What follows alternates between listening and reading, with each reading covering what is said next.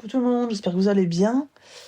Je suis un peu fatiguée de mon côté, j'ai mon cycle qui recommence, donc ça y est, ça commence à redescendre aussi niveau énergie, vitalité, etc.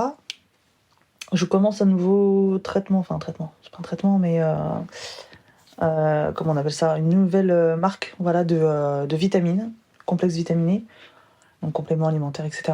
Donc voilà, qui apparemment est très très bien. Bio, tout ça, enfin voilà. Donc bon, je le commence tout juste, hein, ça doit faire 2 fois que je le prends, donc j'ai pas encore les retours pour le moment, mais voilà, à voir. À voir sur le mois si ça fonctionne ou pas, et si oui, je reprendrai la même marque, je vous en parlerai peut-être. Sinon, voilà, tant pis. Pour revenir à nos moutons, du moins à notre épisode, je voulais vous retrouver aujourd'hui pour vous parler du bonheur. J'ai très envie que vous soyez tous remplis de bonheur dans vos vies, etc. Donc c'est parti, on va parler des 5 piliers sur lesquels repose le bonheur. Bonjour, je m'appelle Julie, je suis la maman de 3 enfants, âgés de 13 à 4 ans, accompagnatrice en développement personnel, future praticienne en psychothérapie et amoureuse de la vie. Je souhaite la bienvenue sur le podcast The Cocoon, un podcast dédié aux femmes qui veulent vivre une vie sereine et épanouie sans s'épuiser. Ma mission ? C'est de vous guider dans la transformation de votre soi intérieur afin de vous donner les ressources pour transformer votre vie. Chaque semaine, je vous partage mes conseils et astuces, de l'inspiration, mes réflexions et mes phases d'introspection, afin de vous aider à reprendre la main sur votre vie, à faire de la place pour plus de self-love et d'alignement. Chaque jour, vivez plus en conscience. Apprenez à vous connaître et à incarner votre vérité. Grâce à ces épisodes, vous serez, je l'espère, prête à vivre l'une des plus belles pages de votre vie. Comme d'habitude, si vous aimez le podcast, la meilleure façon de le soutenir est de mettre une note de 5 étoiles sur la plateforme de podcast que vous utilisez. Ainsi, vous permettrez à d'autres personnes de le découvrir plus facilement. Ensemble, épanouissons-nous dans nos vies. Alors, le bonheur, qu'est-ce que c'est ? Avant toute chose, on va parler de psychologie positive. Qu'est-ce que c'est ? C'est une science, du moins ça a été reconnu comme tel, et ça a été fondé par le docteur Martin Seligman en 1998, donc entre guillemets c'est quand même assez récent, on va dire. Et du coup, on indique que notre bonheur, il est mesurable et qui repose notamment sur 5 piliers particuliers qui sont nécessaires en fait à notre bien-être, à notre épanouissement, etc. Donc à notre bonheur. Le bonheur, selon la psychologie du coup positive, et donc selon le docteur Seligman, c'est un état durable de plénitude, de satisfaction et de sérénité. Ça, c'est là vraiment. Là, je suis en train de vous citer la définition. Hein. Voilà, c'est pas mon opinion là. Hein. C'est voilà vraiment la définition. C'est qu'est-ce que le bonheur selon la psychologie positive, c'est ça. C'est un état durable de plénitude, de satisfaction et de sérénité, un état agréable et équilibré. C'est un équilibre de l'esprit et du corps, dont la souffrance, le stress et l'inquiétude sont absents. C'est un état d'équilibre durable. Ce n'est pas passager. Voilà. Fin de la citation. On referme les guillemets. Donc ça, je m'excuse, je mange mon petit chocolat de l'après-midi. Moi, j'aimais tout quand même un petit bémol parce que oui, mais vous voyez, je suis pas hyper ok sur la définition voilà, de la chose. Pour moi, ce serait pas aussi tranché. Vous savez comment je suis. Pour moi, il n'y a pas de noir ou de blanc. Enfin voilà, il y a surtout beaucoup de gris au final, une grande palette de couleurs. Et du coup, pour moi, je pense qu'on peut être heureux et faire preuve de bonheur, voire même d'être extrêmement heureux, etc. Même si on peut ressentir du stress ou être inquiet par moment, ou même triste par moment. Ok ? Du moins, c'est mon avis personnel. Personnellement, mon bonheur, il est intangible, en fait. Donc, même quand je vis des moments de stress, voilà, comme en ce moment avec ma santé, etc., je stresse beaucoup, mais ça m'empêche pas de ressentir du bonheur pour le reste, en fait. Pour moi, l'un n'empêche pas l'autre. Du moins, voilà, c'est ma vision des choses. Peut-être que ça parlera à certains, peut-être plus à certains que d'autres, peut-être d'autres pas du tout. C'est à vous de voir. Donc à voir, voilà, dans quel camp, entre guillemets, dans quelle version vous retrouvez. Est-ce que c'est plus le docteur Seligman ou est-ce que c'est plutôt, voilà, moi, ma vision des choses. Voilà, il n'y a pas de bonne ou mauvaise réponse, hein, c'est très personnel, en fait. Ensuite, ce qu'il faut savoir, selon la psychologie positive, c'est que votre bonheur, il est divisé en 2 parties. Donc vous prenez 100% de votre bonheur, qu'on va diviser du coup en 2 moitiés. Beaucoup d'études scientifiques ont prouvé ça, hein, donc là c'est vraiment voilà, des faits. En fait, c'est pas mon opinion, c'est pas voilà. C'est pour ça d'ailleurs que la psychologie positive est depuis sa création est reconnue comme une science, parce qu'on se base sur des faits. Donc voilà, donc en gros, il y aurait 50% de notre bonheur qui serait génétique, dont on hérite en fait, et du coup les 50 autres pourcents, notre bonheur, voilà, qui vient de nous vraiment, que voilà, c'est nous qui le construisons, qui l'enrichissons, etc. Du coup, ça rejoint un petit peu ce que je vous disais l'autre jour en story pour ceux qui ont suivi, dans le sens où vos insécurités, elles sont pas toujours les vôtres. Ça revient un petit peu à ça aussi. Il y a énormément de casseroles en fait qu'on se trimballe de génération en génération, qui sont génétiques en fait, qui sont transgénérationnelles comme on dit, et que du coup voilà, on nous a donné entre guillemets en mode tiens cadeau, paye ton héritage, et voilà, et qu'on n'a pas choisi. C'est ce qu'on appelle en psychologie l'hérédité psychologique. Voilà. Parce qu'on n'hérite pas que du génome, que des cellules en fait de nos parents. Et aussi voilà tout le côté psychologie. En revanche, voilà, il y a 50% de votre bonheur qui n'est pas génétique, qui ne nous est pas transmis, et du coup 50% de bonheur qu'on peut du coup travailler. Après, si vous êtes du genre à vous dire ah oui mais du coup c'est pour ça que je suis pas heureuse parce que de toute façon moi dans ma famille il y a personne qui est heureux, enfin donc du coup c'est pour non, no way, ça c'est faux. Vous pouvez très bien être quelqu'un qui augmente son bonheur et devenir très heureux, peu importe l'endroit où vous êtes né sur la planète, le métier que vous faites, ce que vos parents ont fait dans leur vie, etc., votre état de santé, les croyances qui vous ont été léguées, etc. Ça, c'est encore autre chose. Ça se travaille, en fait. Vous pouvez vraiment travailler sur la moitié de votre bonheur et être responsable de cette moitié-là. Même s'il y a un pourcentage, effectivement, qui vous a été légué, quoi. Donc, selon moi, le pourcentage qui peut être travaillé, il s'étend même à plus que 50% en fait. Car même si c'est génétique, ça peut être perçu et analysé de façon différente en fait. Pour les faits, 50% de notre bonheur peut être travaillé, ça c'est sûr. Ça c'est vraiment les faits. Le bonheur en fait il est perçu de façon différente. Par exemple, il y a la vision du coup hédoniste, mais dans ce podcast, moi je vais vous parler de la vision PERMA, PERMA, du bonheur. Donc ça c'est pareil, ça vient de la psychologie positive, voilà, c'est ce qu'on nous apprend en psychologie, ou en psychothérapie aussi. C'est le modèle du coup de la psychologie positive et qui repose sur 5 piliers, justement, qui sont les suivants. Le P pour Positive Emotion, les émotions positives. Le E pour Engagement, donc l'engagement. Le R pour Relationship, Relations, les connexions, les relations. Le M pour Meaning, c'est en gros, c'est le sens, c'est le but de la vie. Voilà, la vision qu'on a de notre vie. Et le A pour Accomplishment, c'est l'accomplissement tout simplement. Voilà. Aujourd'hui, je vais vous expliquer chacun de ces piliers-là, du coup, le P, le E, le R, le M et le A, pour que vous puissiez mieux comprendre pourquoi ils reposent sur votre bonheur et comment on peut les travailler. Donc c'est parti pour le premier point. Les émotions positives du coup, donc le P. Donc ce sont évidemment des émotions qui ont un impact évidemment positif sur nous, sur notre esprit, sur notre corps, du coup, puisque tout est lié, vous le savez très bien maintenant. Ce sont des émotions voilà, qui font du bien. C'est cette capacité en fait à se représenter aussi le passé, le présent et le futur, les trois, de manière vraiment positive. Ça veut dire que même si on a eu des bas, parce que c'est comme ça, ça s'appelle la vie quoi, même si on a eu des bas, même si voilà, il y a eu des moments où on a des décès, des deuils, etc., il y a eu des moments très difficiles, il n'y a pas eu que ça en fait. Votre vie, ça n'a pas été exclusivement ça. Il faut aussi que vous vous rappeliez des moments où il y a eu la naissance de vos enfants, il y a eu votre mariage, ou votre mise en appart, en logement avec votre conjoint pour la première fois, ou je sais pas, le dernier repas que vous avez fait avec vos parents, si ça s'est bien passé, rappelez-vous de ça, etc. Essayez de vous rappeler le passé, aussi bien que le présent et le futur, comme des choses très positives. C'est aussi le fondement des émotions positives, en fait. Dans les émotions positives, on retrouve du coup, évidemment, la joie, la gratitude, l'amusement, la fierté, l'accomplissement, etc.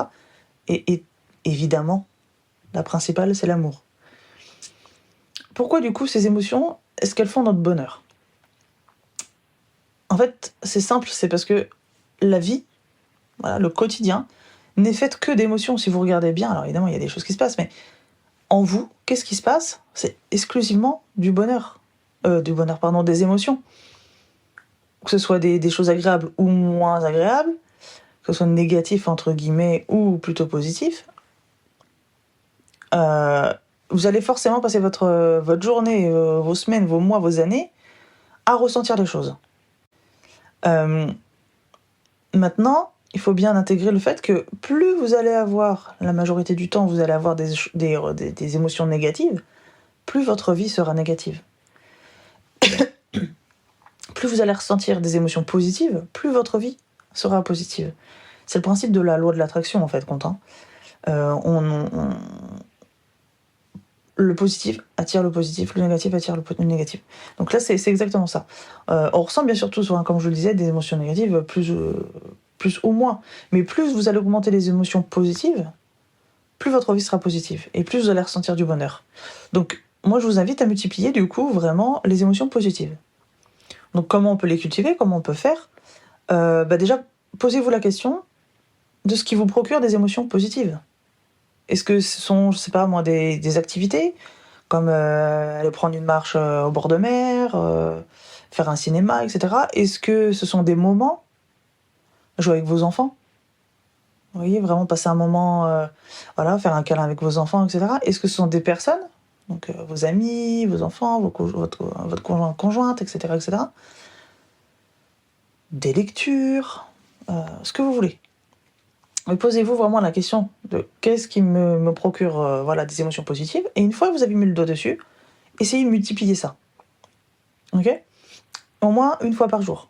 Il faut qu'au moins une fois par jour, vous ayez un truc cool, vous ressentiez au moins une fois une émotion positive. Cherchez vraiment à reproduire, et à multiplier ces émotions positives et vous verrez qu'en les augmentant, vous allez aussi augmenter votre bonheur. Ensuite, le numéro 2, donc le E, c'est l'engagement. C'est le fait d'être engagé, comme son nom l'indique, d'être pris dans quelque chose, mais de votre plein gré, avec toute votre volonté, évidemment. On parle pas de vous retrouver dans une manif alors que vous étiez juste parti faire des courses, quoi. Enfin, que c'était pas prévu, quoi. Vous voyez, ok. Voilà, il faut vraiment que ce soit, évidemment, quelque chose que vous aviez désiré, que vous aviez prévu. C'est vraiment, soit un investissement personnel, un engagement personnel, soit un engagement professionnel. Ou encore mieux, les deux. C'est faire partie de quelque chose. Une forme de motivation. Vous voyez, ça peut être vous inscrire à une salle de sport, ça peut être faire du bénévolat, ça peut être chercher une promotion, ça peut être vous engager avec la personne à qui vous faites votre vie, prendre un appart avec, etc.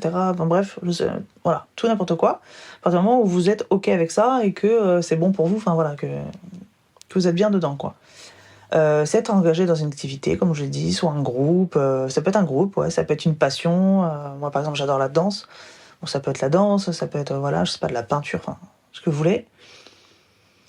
Par exemple, moi, j'avais prévu, en fait, avant qu'on décide de déménager, j'avais prévu de m'engager, par exemple, dans l'école des enfants, en étant parent d'élèves, par exemple. Voilà, ça peut être ce genre de choses. Dans une association caritative, peu importe. C'est le fait vraiment de s'investir dans quelque chose qui a du sens pour vous. Le sens, ça c'est très important. Et qui permet du coup d'augmenter votre bonheur, parce que vous allez ressentir des émotions positives. Voilà, on en revient un peu à ça encore. Et d'ailleurs, les gens qui manquent d'engagement, ils ne savent pas réellement qui ils sont. Ils ont du mal à ressentir des émotions positives ou à retrouver un sens à leur vie. Ils ont du mal à se sentir complètement heureux, quoi, en fait, au final. Du coup, je vous invite vraiment à observer dans quoi est-ce que actuellement vous êtes engagé. Est-ce qu'il y a des choses dans lesquelles vous pourriez vous engager qui vous feraient vraiment du bien? Essayez vraiment de prendre ce temps-là de réflexion et du coup après de vous lancer, de vous engager. Le troisième point, relationship, donc le R, c'est les relations humaines. Donc qu'elles soient amoureuses, amicales, professionnelles, bref, ce que vous voulez. Ce qui va avoir le plus d'impact sur votre bonheur, ce sont les relations amicales épanouies. Ça par contre, c'est un fait. L'amitié, c'est quelque chose qui est très très fort pour le cerveau humain. Donc selon la psychologie positive, plus on a de relations amicales, plus on est épanoui et heureux. Alors bien sûr, des relations amicales de qualité, hein. Je vous dis pas d'avoir plein de copains-copines, vous connaissez même pas leur nom de famille, vous avez un problème ou vous avez quelque chose de bien, de super à fêter, et cetera, ils sont pas là. Bon, non, pas eux, hein. Voilà, c'est vraiment, voilà, d'en avoir un certain nombre, mais de qualité, évidemment. Vaut mieux en avoir que 5 et que ce soit qualitatif qu'en avoir 10 et que ce soit du grand n'importe quoi. On est bien d'accord. Mais voilà, l'être humain, par excellence, est un animal social. Voilà, on est des êtres sociaux. On a besoin d'interaction, on a besoin d'avoir des connexions, de ressentir de l'amour, de l'intimité, d'avoir des interactions, voilà, des fortes interactions émotionnelles ou physiques, et ou, j'ai même envie de dire, avec les autres. On peut pas vivre seul. Voilà, les gens qui vivent seuls sont en capacité quand même de mourir de solitude, hein, faut le savoir, ce sont des choses qui arrivent. Hein. On a besoin des autres. Voilà, il faut bien comprendre. Avoir des relations épanouies, ça contribue en fait à notre bonheur, car on a besoin aussi d'être aimé. On a besoin d'aimer, évidemment, d'apporter à l'autre, mais on a besoin aussi en retour d'être aimé, on a besoin d'amour, on a besoin de se sentir important, d'appartenir à quelque chose aussi, donc à ce groupe, voilà. Nous sommes des mammifères, les mammifères sont faits pour vivre en groupe, pour la plupart. On a besoin de faire quelque chose et de le partager aussi, ça c'est important.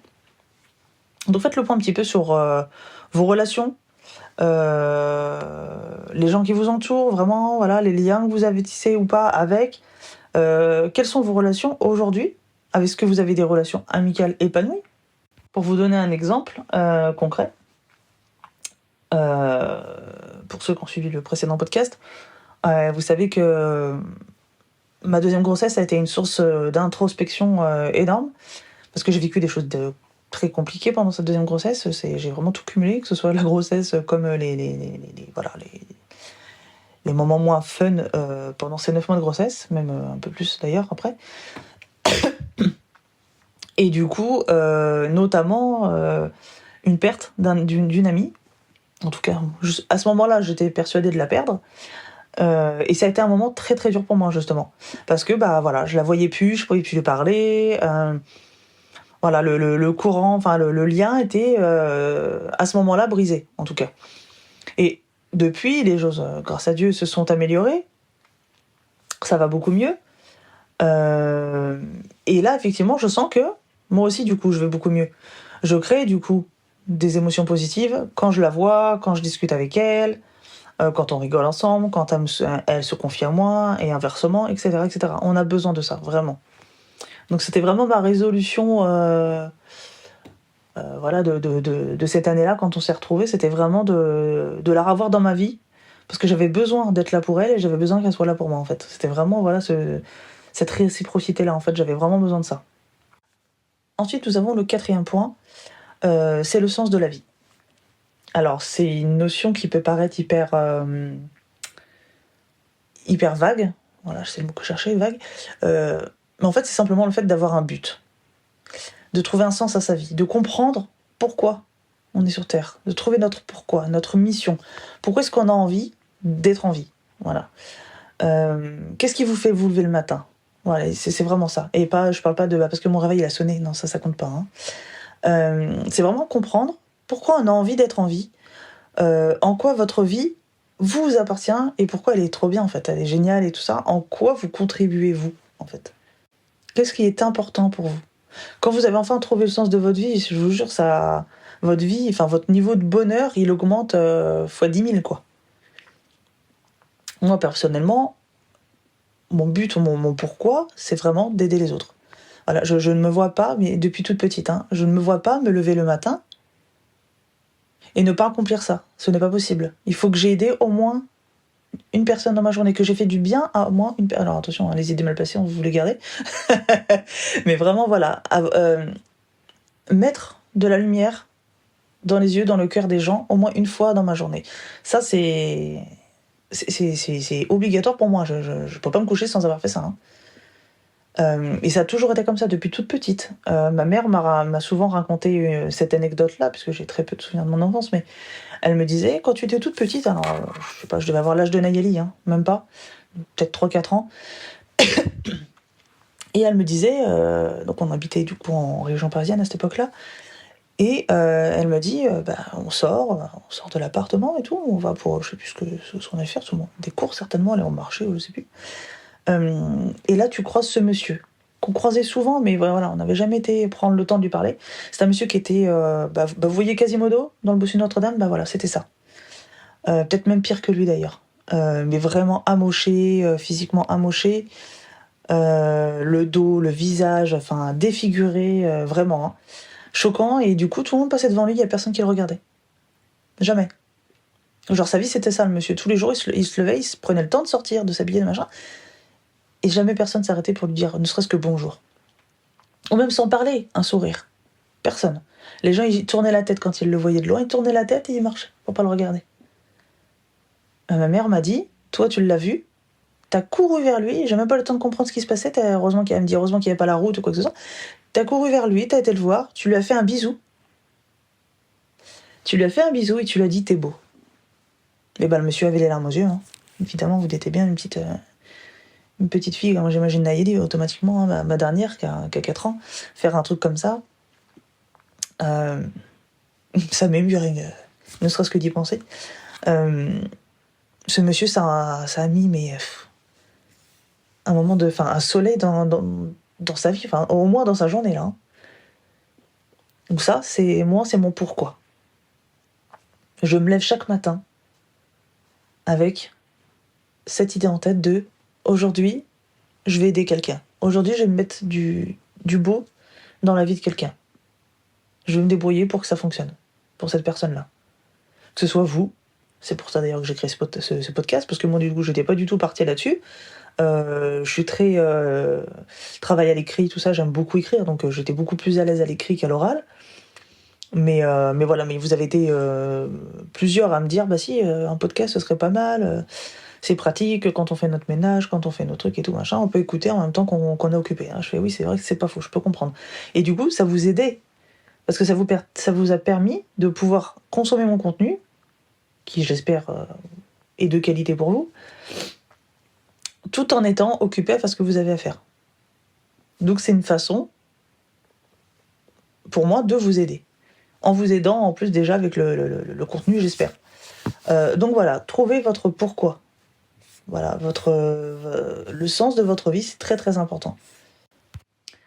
Et donc le 5e point, c'est l'accomplissement. Donc ça, c'est une valeur clairement qui est dans mon top 5-6 personnel.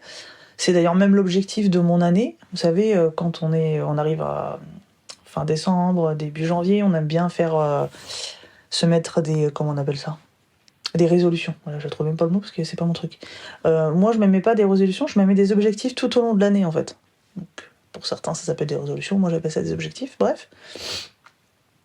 Et en fait, j'aime bien avoir des mots, les mots qui guident, un mot en fait qui guide mon année. Ce sera le fil conducteur de mon année et en fait c'est même le mot conducteur de ma vie. Moi, c'est le mot liberté.